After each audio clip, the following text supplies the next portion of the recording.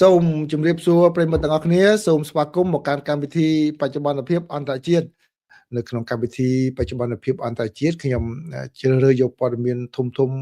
ចំនួន4មកជម្រាបជូនប្រិយមិត្តទាំងអស់គ្នាក៏ប៉ុន្តែនៅក្នុង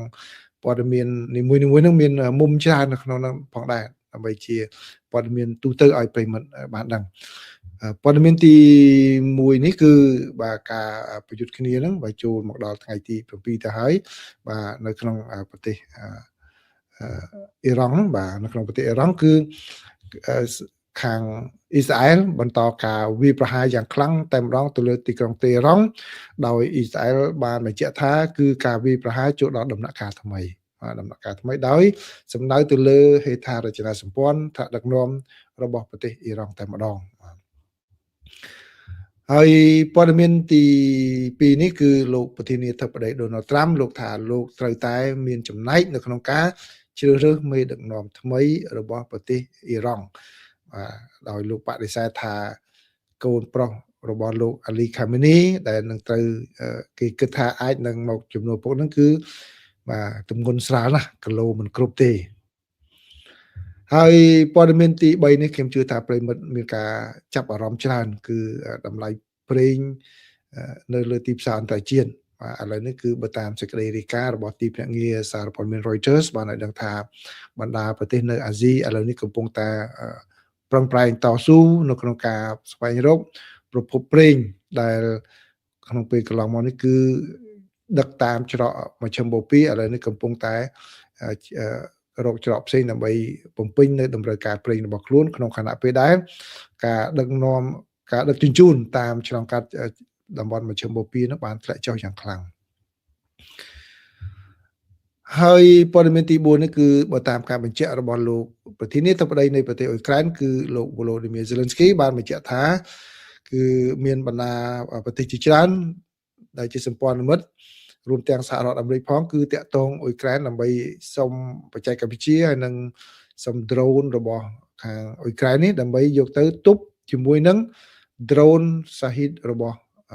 ប្រទេសអ៊ីរ៉ង់បាទពីព្រោះអីអ៊ុយក្រែនគាត់ដើរដល់ដំណាក់កាលមួយដែលអាចផលិត drone ដែលមានតម្លៃថោកបំផុតត្រឹមតែ$1000ដើម្បីប្រឆាំងជាមួយនឹងបាទ drone របស់អ៊ីរ៉ង់ដែលមានតម្លៃរាប់ម៉ឺន$ផងដែរហើយក៏វាប្រសើរជាង missile របស់សហរដ្ឋអាមេរិកដែលមានតម្លៃរាប់លាន$ក្នុងការបាញ់ drone បាទនេះគឺជាការវិវត្តសំខាន់ដែលខ្ញុំចងក្រងសម្រាប់ប្រិយមិត្តទាំងអស់គ្នានៅក្នុងកម្មវិធីបច្ចុប្បន្នភាពអន្តរជាតិថ្ងៃសុក្រនេះព័ត៌មានទី1នេះគឺជា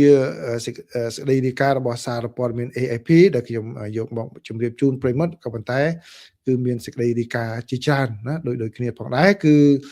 នៅថ្ងៃសុក្រនេះគឺជាថ្ងៃទី7នៃការដែលសហរដ្ឋអាមេរិករួមគ្នាជាមួយនឹងប្រទេសអ៊ីស្រាអែលវាយប្រហារទៅលើប្រទេសអ៊ីរ៉ង់បាទគឺឥឡូវនេះគឺអ៊ីស្រាអែលបានប្រកាសថាគឺខ្លួនកំពុងតែចូលដល់ដំណាក់កាលថ្មីនៃការវាយប្រហារហើយគឺដោយសំដៅទៅលើហេដ្ឋារចនាសម្ព័ន្ធរបបដឹកនាំនៅក្នុងប្រទេសអ៊ីរ៉ង់តែម្ដងបាទហើយមានផលវិបាកហ្នឹងគឺច្រើនផងដែរចំពោះបណ្ដាប្រទេសនៅក្នុងតំបន់ហ្នឹងគឺដូចជាប្រទេសកាតាដែលនៅជិតខាងដែលជាកន្លែងមូលដ្ឋានយោធារបស់សហរដ្ឋអាមេរិកហ្នឹងគឺក៏មានការបាញ់ drone ទៅដល់កន្លែងនោះហើយនៅថ្ងៃសុក្រនេះគឺកាតាបានរាយការណ៍ថាគឺបានស្ទាក់ចាប់បាន drone ដែលបាញ់សម្ដៅទៅនោះហើយនៅខាងប្រទេសលីបង់វិញគឺបានបញ្ជាក់ឲ្យដឹងថា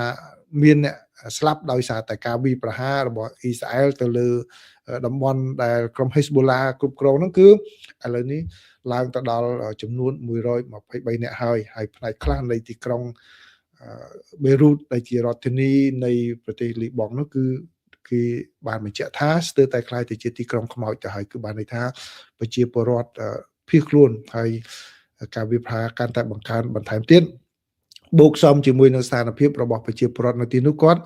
មានការលំបាកស្រាប់ឥឡូវនេះធ្វើឲ្យស្ថានភាពលំបាកហ្នឹងកាន់តែធ្ងន់ធ្ងរឡើងសម្រាប់ប្រជាពលរដ្ឋនៅទីនោះដោយឡែកលោកប្រធានាធិបតី Donald Trump នៃសហរដ្ឋអាមេរិកវិញបានបញ្ជាក់ថាលោកមិនពិចារណាក្នុងការបញ្ជូនកងទ័ពជើងគោកអាមេរិកចូលទៅក្នុងប្រទេសអ៊ីរ៉ង់នោះទេបាទបន្ទាប់ពីបាននិយាយថាលោកចង់ចូលរួមនៅក្នុងការជ្រើសរើសមេដឹកនាំថ្មីក៏ប៉ុន្តែ មិនមែនតាមរយៈការទៅបញ្ជូនកម្លាំងរបស់សហរដ្ឋអាមេរិកដើម្បីទៅផ្ដួលរំលំរបបនោះទេបាទប្រិមិត្តនៅចាំបានទេខ្ញុំបានជូននៅសេណារីយ៉ូ4មិនខ្ញុំរាយការណ៍ជូននៅសេណារីយ៉ូ4ដែលលោកសាស្ត្រាចារ្យនៅសាកលវិទ្យាល័យGeorge Washington បានរាយការណ៍ហ្នឹងគឺឥឡូវនេះស្ថានភាពឥឡូវនេះគឺកំពុងតែចូលដល់ក្នុងសេណារីយ៉ូមួយដែលគាត់បានលើកឡើងគឺសេណារីយ៉ូអ្នកណាខ្លាំងនឹងឈ្នះបាទដូច្នេះបានន័យថាសហរដ្ឋអាមេរិកគឺធ្វើរឿងនឹងកាត់ឡើងទៅហើយអ្នកនៅខាងក្នុងសម្រាប់ខ្លួនឯងពីព្រោះសេណារីយ៉ូមុនគេនោះគឺសេណារីយ៉ូនៃការដែលមានរបបដឹកនាំដោយប្រជាធិបតេយ្យមួយក៏ប៉ុន្តែសហរដ្ឋអាមេរិកខ្លួនឯងនឹងគឺមិនបានបដិញ្ញាចិត្តថានឹងជួយឲ្យដល់ពេញទំហឹងឬក៏ប្រទេសអឺរ៉ុបណាមួយដែលថាជួយឲ្យដល់ពេញទំហឹងនោះទេដើម្បីដឹករៀបចំរដ្ឋាភិបាលប្រជាធិបតេយ្យមួយបាទអត់មានទេបាទមើលទៅអត់មានបាទកាលាទី2គឺឲ្យព្រះអង្គម្ចាស់សាហ្នឹងគាត់ឡើងសោយរាជឡើងវិញក៏ប៉ុន្តែអាមេរិកចង់បានអ៊ីរ៉ង់អ៊ីស្រាអែលចង់បានប៉ុន្តែពលរដ្ឋអ៊ីរ៉ង់មួយចំនួនគឺអត់ពេញចិត្តទេដោយសារអីដោយសារតែក្នុងចំណោមបពប្រឆាំងនៅខាងក្នុងប្រទេសក្តីក្រៅប្រទេសក្តីហ្នឹងគឺមានច្រើនហើយអ្នកទាំងអស់គ្នាហ្នឹងអត់ត្រូវគ្នាទេពីក្រុមមួយទៅក្រុមមួយហ្នឹងគ្រាន់តែក្រុមព្រះអង្គម្ចាស់សាហ្នឹងគាត់មានឥទ្ធិពលខ្លាំងជាងគេបន្តិចមានប្រជាប្រិយភាពច្រើនជាងគេក៏ប៉ុន្តែមិនដល់កម្រិតមួយដែលប្រជាពលរដ្ឋអ៊ីរ៉ង់ទទួលយកដែរអញ្ចឹងសេណារីយ៉ូទី3គឺឲ្យពួកយោធាកងឆ្មាំបដិវត្តមានអំណាចខ្លាំងដើម្បីគ្រប់គ្រងរបៀបដូចជានៅវេណេស៊ុយឡាបាទសេណារីយ៉ូនេះកំពុងតែមានលេចចេញរូបរាងកាន់តែច្រើនឡើងហើយដែលលោកប្រធានាធិបតីគាត់បានលើកឡើងដូចនៅប្រទេសវេណេស៊ុយឡាបាទហើយសេណារីយ៉ូទី4ដែលអាក្រក់នោះគឺបាទកំទេចចោលហើយឲ្យសង្គ្រាមស៊ីវិលអីឆ្លោះគ្នាណាខ្លាំងណានឹងឡើងទៅបាទហ្នឹងជាសេណារីយ៉ូដែលអាក្រក់ជាងគេបំផុតបាទដូច្នេះលោកត្រាំលោកថាលោកទៅតែមានចំណែកនឹងផងដែរបាទមេដឹកនាំកម្ពុជារបស់ប្រទេសអ៊ីរ៉ង់គឺលោកអាយ៉ាតូឡាអាលីខាមេនីបាទគឺបានសម្លាប់តាំងពីថ្ងៃសៅរ៍ហើយដូច្នេះលោកត្រាំលោកថាលទ្ធភាពនៃការដែលកូនប្រុសរបស់លោកខាមេនីគឺឈ្មោះថាមុជតាបាអាចស្នងតំណែងរបស់ឪពុកនឹងគឺมันអាចបានទេលោកថាជាមនុស្សមួយដែលគីឡូស្រាលណាបាទមនុស្សគីឡូស្រាលណាដែលมันអាចនឹងយកមកដឹកនាំបានទេបាទបានន័យថាមិនបានន័យថាបើហ៊ានតែឡើងមកគឺច្បាស់ជាសហរដ្ឋអាមេរិកនៅបន្តធ្វើសកម្មភាពទៀតបាទហើយទន្ទឹមនឹងនោះគឺលោកមួយស្តាបាហ្នឹងគាត់មានជំហរកាន់តែតឹងរឹងជាងឪពុកទៅទៀតបាទម្នាក់ហ្នឹងគឺហាតឡាញជាងឪពុកទៅទៀតថែមទាំងមានបំណងចង់តម្លើងពួកកងឆ្មាំបដិវត្តឲ្យកាន់តែមានអំណាចទៅលើផ្នែកស៊ីវិលដទៃទៀតបាទអញ្ចឹងគឺគាត់មិនអាចទេបើតាមទស្សនៈរបស់សហរដ្ឋអាមេរិកបាទឥឡូវនេះគឺប្រមុខយោធារបស់អ៊ីស្រាអែលវិញបានប្រមានពីមុនថាចំនួនឥឡូវនេះកំពុងតែចូលដល់ដំណាក់កាលបន្ទាប់ទៀតហើយអ៊ីស្រាអែលបានសន្យាថានឹងរុះរើរបបនេះនិងសមត្ថភាពយោធារបស់ប្រទេសអ៊ីរ៉ង់ទាំងស្រុងតែម្ដងរដ្ឋមន្ត្រីក្រសួងការពារជាតិរបស់សហរដ្ឋអាមេរិកវិញគឺលោក Pete Hegseth ក៏បានប្រកាសផងដែរថាកម្លាំងបាញ់ប្រហារលើអ៊ីរ៉ង់និងក្រុងតេហរ៉ង់គឺនឹងកើនឡើងជាលំដាប់តែម្ដងគឺលោកបានបញ្ជាក់កាលពីម្សិលមិញដោយលោកបានបញ្ជាក់ថាកងឆ្មាំបដិវត្តរបស់អ៊ីរ៉ង់បាននិយាយថាពួកគេហ្នឹងគឺបានបាញ់សម្ដៅទីក្រុងតេលអាវីវនៅក្នុងប្រទេសអ៊ីស្រាអែលបាទដែលបានបណ្ដាលឲ្យមានការផ្ទុះហើយក៏មានអគ្គិភ័យនៅក្នុងអគារលំនៅឋាននៅកណ្ដាលទីក្រុងរបស់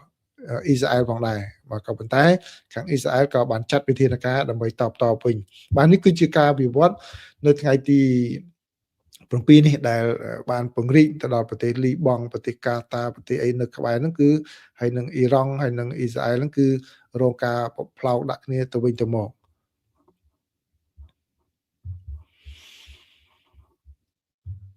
ព័ត៌មានទី2នេះខ្ញុំសូមដកស្រង់របស់សារព័ត៌មាន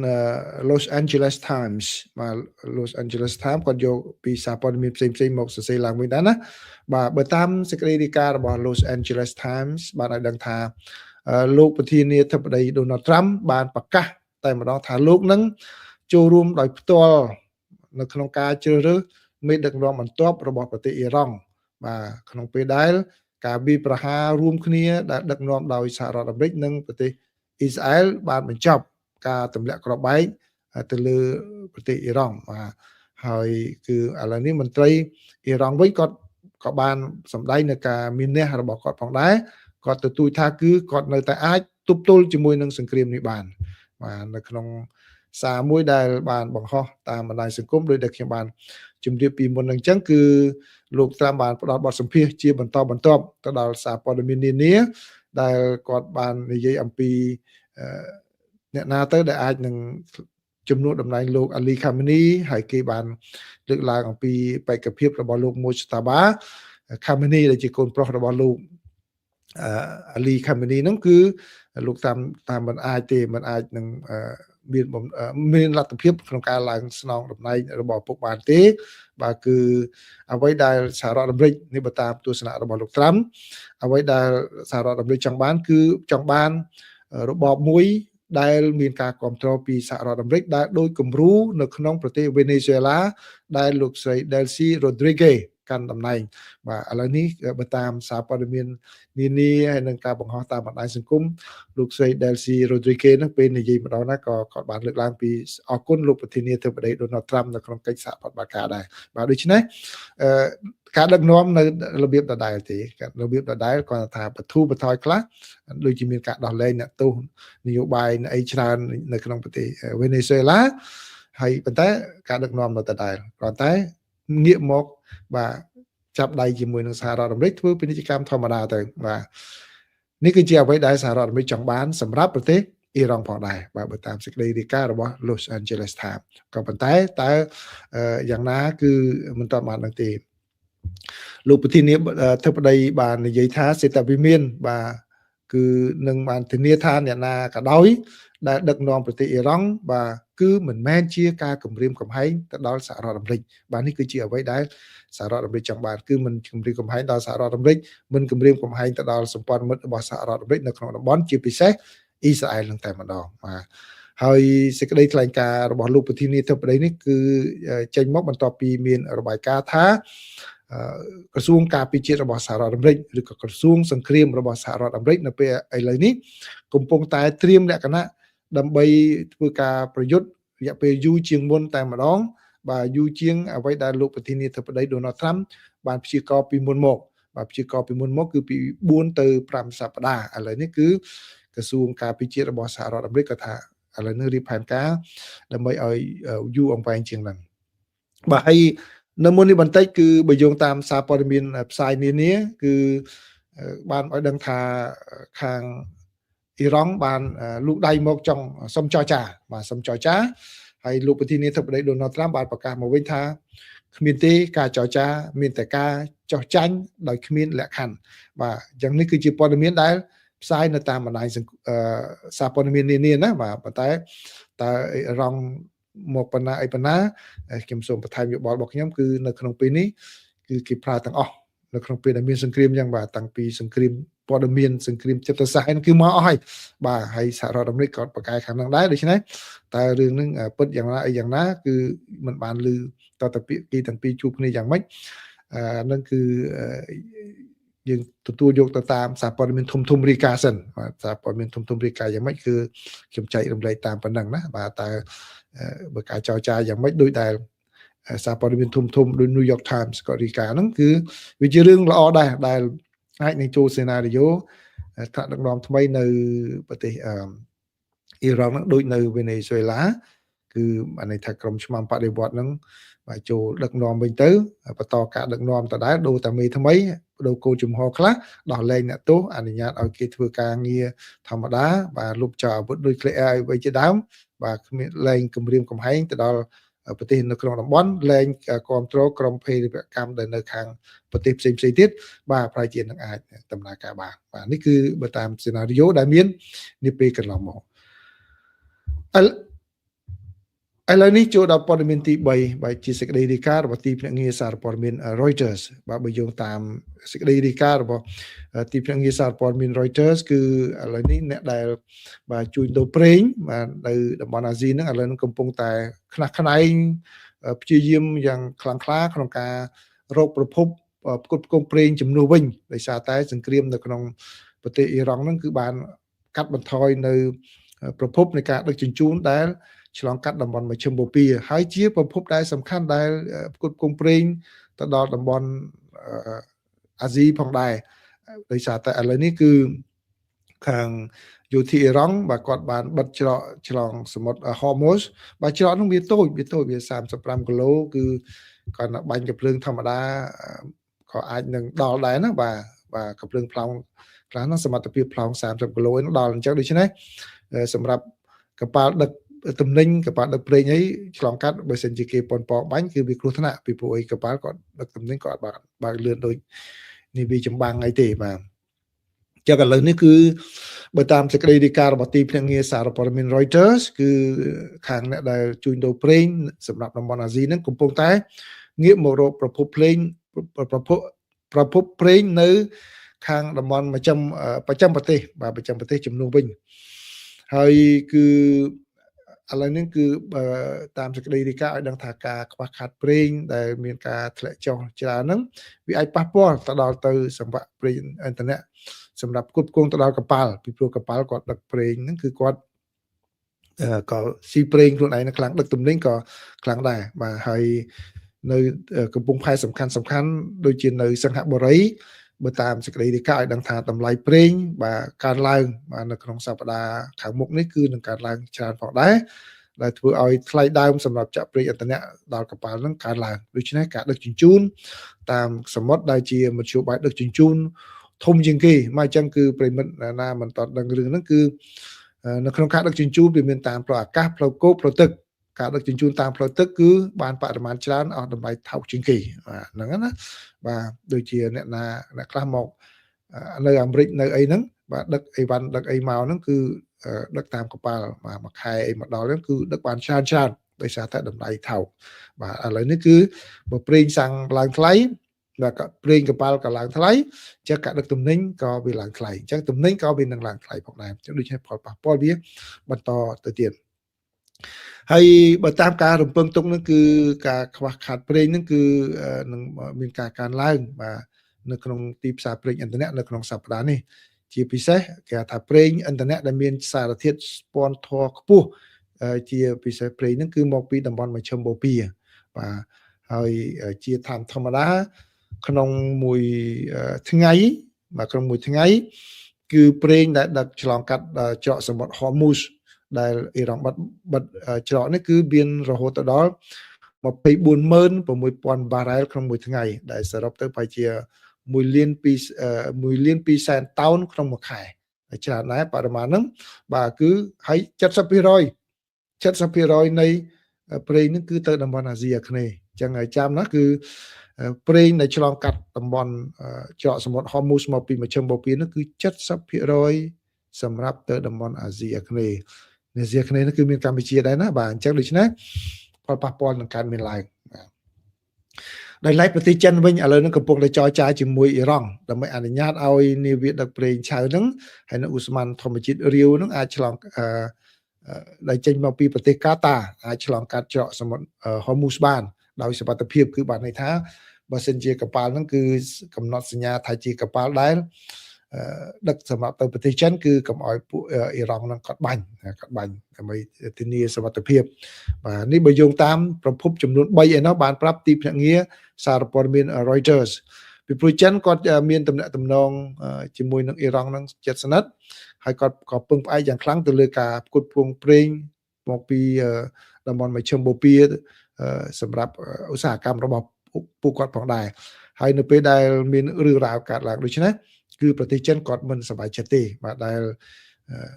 អ៊ីរ៉ង់ជ្រើសរើសជំរឿសក្នុងការបិទច្រកសមុទ្រនេះបាទហើយក៏កំពុងដាក់សម្ពាធទៅលើអ៊ីរ៉ង់ឲ្យកែប្រែគោលជំហរនឹងផងដែរពីព្រោះអីបើតាមសេចក្តីរាយការណ៍របស់ទីភ្នាក់ងារសារព័ត៌មាន Reuters គាត់ថាប្រេងដែលចិនទទួលបាន 45% គឺឆ្លងកាត់ច្រកសមុទ្រ Hormuz ហ្នឹងអញ្ចឹងបើសិនជាបិទច្រកហ្នឹងគឺបានន័យថាឧស្សាហកម្មរបស់ប្រទេសចិនជិតពាក់កណ្ដាលនឹងរងផលប៉ះពាល់ណាបាទឥឡូវនេះបើតាមព័ត៌មានចុងក្រោយនេះគឺកាលពីម្សិលមិញខ្ញុំថាប្រេងឆៅឡើងដល់$80ដូច្នេះនៅថ្ងៃនេះឡើង$7ថែមទៀតលើនឹងហើយគឺតម្លៃនៅទីផ្សារអន្តរជាតិនឹង1បារ៉ែលស្មើនឹង$87បាទចឹងឡើង$7ក្នុង1បារ៉ែលដូច្នេះធ្លាក់ទៅដល់តម្លៃលក់តាមលីត្រវិញហ្នឹងគឺក៏មានផលប៉ះពាល់ខ្លះៗផងដែរណាបាទហើយ បើយោងតាមសារព័ត៌មានរបស់ថៃវិញក៏ថាប្រទេសថៃឥឡូវនេះគឺហាមឃាត់ការនាំប្រេងឥន្ធនៈចេញលើកលែងតែនាំទៅប្រទេសឡាវហើយនិងប្រទេសមីយ៉ាន់ម៉ាហើយខ្ញុំក៏បានឃើញព័ត៌មានថាខាងអាជ្ញាធរកម្ពុជាក៏កំពុងតែចាត់វិធានការដើម្បីរករក្សាប្រេងរបស់ខ្លួនហើយនឹងរកប្រភពផ្គត់ផ្គង់ឲ្យបានមានសុវត្ថិភាពផងដែរអញ្ចឹងដូច្នេះក្នុងរយៈពេលបច្ចុប្បន្ននេះគឺអាចនឹងមានផលប៉ះពាល់បន្តិចបន្តួចហើយតែនៅលើពិភពលោកហើយប្រិមិត្តបានសួរថាតើអាចនឹងចប់ឬទេហ្នឹងបាទនៅសហរដ្ឋអាមេរិកនេះក៏ប៉ះពាល់ដែរណាក៏ប៉ះពាល់ដែរប្រេងដែលលក់រីហ្នឹងគឺកើនឡើងដែរបាទចាំមើលខ្ញុំទៅថតមកតើឡើងប្រមាណភាគរយទៀតហើយនៅក្នុងសហរដ្ឋអាមេរិកនេះបាទដូច្នេះ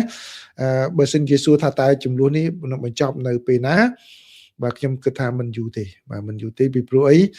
ឡូវនេះគឺអ្វីដែលយើងអាចវិតម្លៃបានបាទវិតម្លៃបានគឺយើងបើថាខ្ញុំចាក់ខ្ញុំអាចនឹងមើលហ្នឹងគឺពិចារណាគឺវោហាសាសបាទវោហាសាសនិយាយដាក់គ្នាហ្នឹងគឺវោហាសាសបាទវោហាសាសផងទង្វើផងដូច្នេះបើកាលណាមានវោហាសាសច្រើនអញ្ចឹងគឺបានន័យថាមានភាគីណាមួយគឺគាត់ចង់រកវិធីមួយដែលមិនចង់ដូចអ្វីដែលគាត់បានលើកឡើងនោះទេអញ្ចឹងហើយនៅសហរដ្ឋអាមេរិកគឺការបោះឆ្នោតពាក់កណ្ដាលអាណត្តិនឹងធ្វើឡើងនៅខែ11អញ្ចឹងការឃោសនាហ្នឹងគឺឥឡូវនេះនៅតាមរដ្ឋមួយចំនួនគឺចាប់ផ្ដើមធ្វើ primary ការបោះឆ្នោតបឋមដើម្បីជ្រើសរើសបេក្ខជនហើយណាបាទដូចជានៅ Texas កាលពីផ្សាយមិញណាបាទចាប់ផ្ដើមហើយអញ្ចឹងដូច្នេះបើកាលណាផលប៉ះពាល់មកលើហៅប៉ៅពលរដ្ឋអាមេរិកដាក់សម្ពាធអញ្ចឹងរដ្ឋាភិបាលក៏នឹងត្រូវគិតគូរប៉ុណ្ណឹងដែរពីព្រោះអីបើសិនជាមិនអញ្ចឹងទេចាញ់ឆ្នោតនៅខែ11ហ្នឹងគឺបាត់ទាំងរដ្ឋសភាបាត់ទាំងព្រឹទ្ធសភានៅតែសេតាវិមានហ្នឹងក៏ពិបាកធ្វើការដែរអញ្ចឹងណាបាទនេះគឺជាការវិវត្តទី3រីឯការវិវត្តទី4នេះគឺជាសេចក្តីរាយការណ៍របស់សារព័ត៌មាន The Guardian បាទ The Guardian បានរាយការណ៍ឲ្យដឹងថាដោយយោងសម្ដីរបស់លោកប្រធានាធិបតីនៃប្រទេសអ៊ុយក្រែនគឺលោក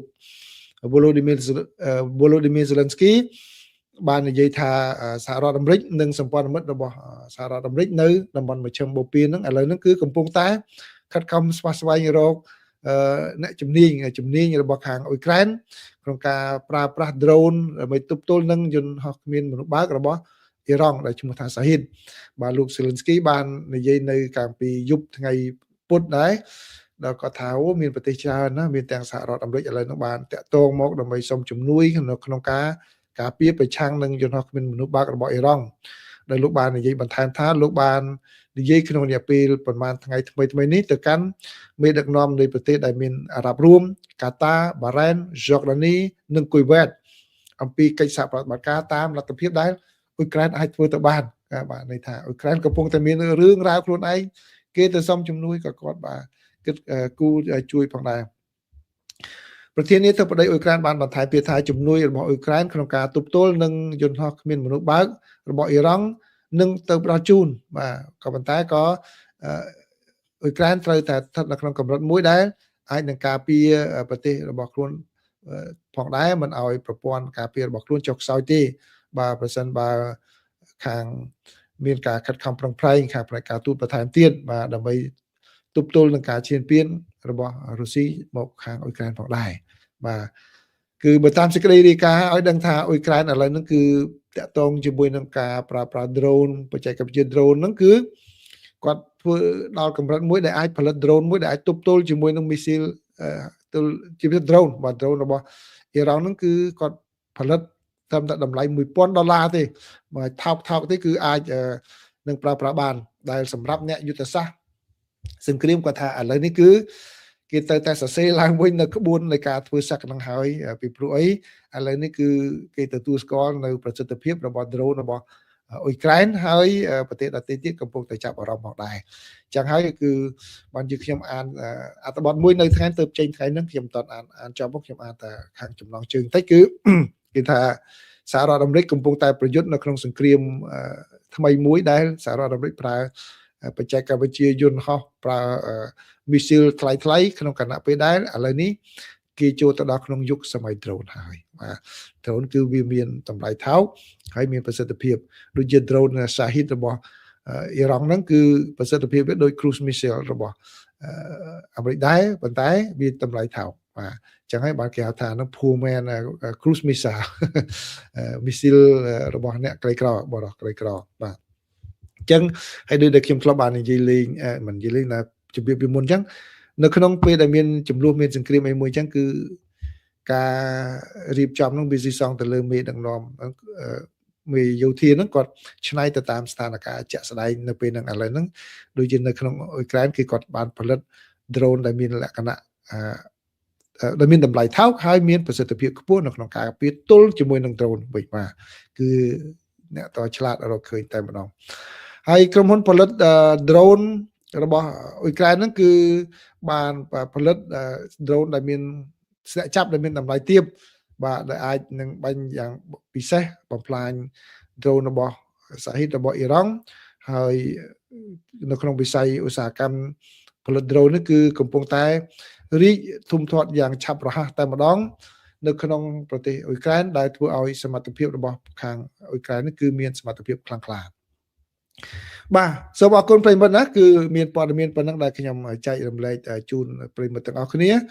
កតងជាមួយនឹងបច្ចុប្បន្នភាពអន្តរជាតិនេះគឺពីរឿងនៅខាងសង្គ្រាមនៅមជ្ឈមបូព៌ាបាទអញ្ចឹងនៅក្នុងកម្មវិធីបច្ចុប្បន្នភាពអាមេរិកខ្ញុំនឹងយករឿងផ្សេងៗទៀតតកតងជាមួយនឹងសហរដ្ឋអាមេរិកហើយខ្ញុំក៏នឹងព្យាយាមរករឿងដែលតកតងជាមួយនឹងប្រទេសកម្ពុជាផងដែរមានប្រិយមិត្តបានលើកឡើងថាពូកុំភ្លេច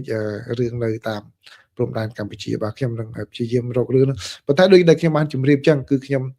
យកតែរឿងណាដែលសារព័ត៌មានបានផ្សាយអញ្ចឹងពីព្រោះខ្ញុំមិនអាចមានលទ្ធភាពនៅក្នុងការទៅសរសេរទៅយកព័ត៌មានខ្លួនឯងបានអញ្ចឹងបើ